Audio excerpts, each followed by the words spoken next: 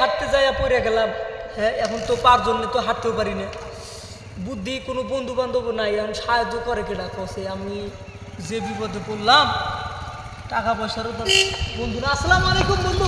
ওয়ালাইকুম এ বন্ধু, এক মিনিট কি হয়েছে? এক মিনিট বন্ধু, এই হাতে ধরিয়া পড়ে গেছি বন্ধু, বুঝছেন? হ্যাঁ যে তার জন্য তো মরতেও পারি না, কামাই জামাই তো এখন বন্ধ।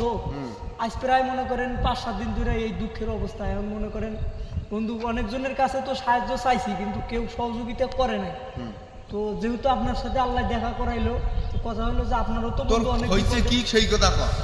এই যে পায়ে মনে করেন যে আঘাত পাইছি, তা ভালো হইতেছে না। এখন এইটা অপারেশন বলে করা লাগবে, টাকা লাগবে অনেক। হ্যাঁ তো যাই হোক বন্ধু, অনেকজনের কাছে গেছি, অনেকেই সহযোগিতা করছে, অনেকেই দেয় নাই। তো একটু যদি পারেন আমাকে কিছু সহযোগিতা করেন, কারণ আপনারও তো অনেক বিপদে পাশে দাঁড়াইছে। কারণ আমার বিপদটা আপনি দেখেন, জি এই সময় তো পাশে আপনি ছাড়া কেউ নাই। তো একটু বিবেচনা করে দেখেন। ঠিক আছে, আমার অফিস আসিস। এই কিছু সাহায্যের জন্য আপনার অফিস চাইতে হবে হ্যাঁ আমার? অফিস আসিস। আরে দুনিয়া, এখানে আমার কাছে বর্তমান টাকা পয়সা নাই, খুচরা টাকা নাই। আমি তো অফিস আসিস, আমি চেক দেবো, তুই ব্যাংকে যা টাকা নিয়ে আসিস। তো সাহায্য একটু কর বন্ধু, দেখ একটু বিবেচনা করে ঠ্যাংটা ফুলে দেখ কেমন হয়েছে। হাঁটতে পারি না কেমন? এখন তো আমার কাছেও টাকা পয়সা নাই, আমিও খুব বিপদে আছি, বুঝছিস? তুই যেহেতু বিপদে আছিস, তুই আল্লাহ টাকা। তুই ইট আনলি বাড়ি, তারপর তোর বাড়ি বিশাল করতেছে, আমার কিছু সহযোগিতা করতে তোর এখন আরে বিপদ। ইট আনলাম করলে বাড়ি গোলা টাকা দিয়ে। সেটাই এখন মনে করছে কিছু সহযোগিতা কর, কাজটা 2 দিন পরে ধর। আমিও তো তোর বিপদে পাশে দাঁড়াইছি। এখন তোর যে বিপদ হবে সে টাকা তো আমার কাছে নাই, আমার বাড়ি গোলা টাকা আছে।